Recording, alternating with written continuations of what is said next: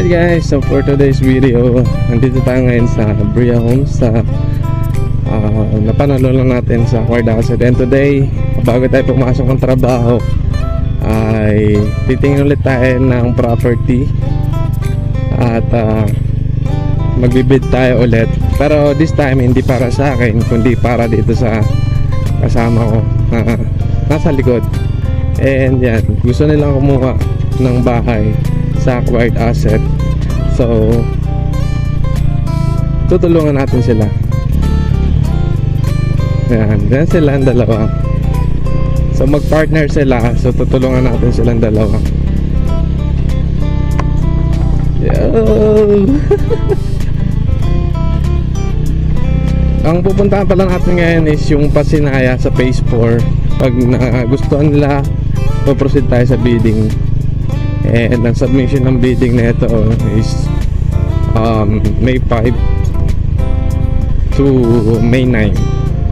Balikan ko kayo mamaya later. Kita kits. Babush.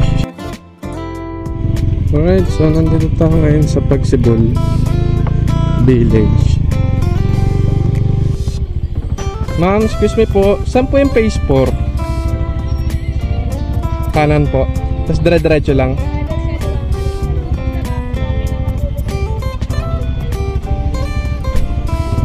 Salamat.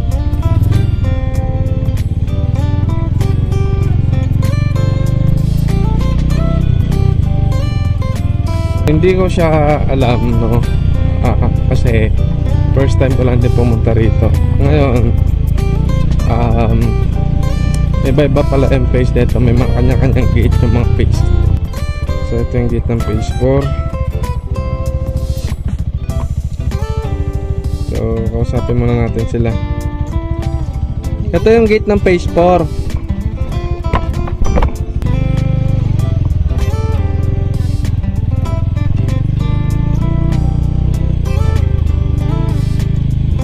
Block 80. Ito pwede magtanong, saan po yung block 80? Sige, salamat.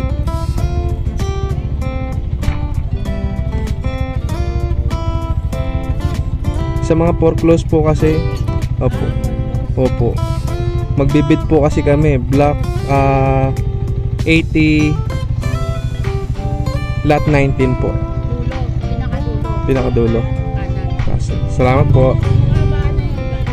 Sige po, salamat po. Kasama natin, wait lang.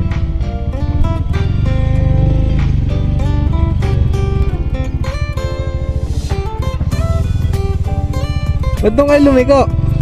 Ba't doon?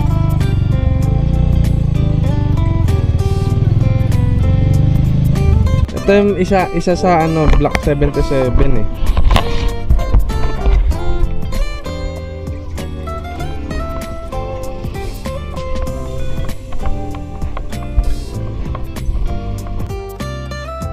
Alright, so tapos na kami mag-bid.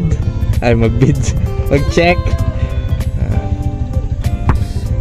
Paring lands on the go.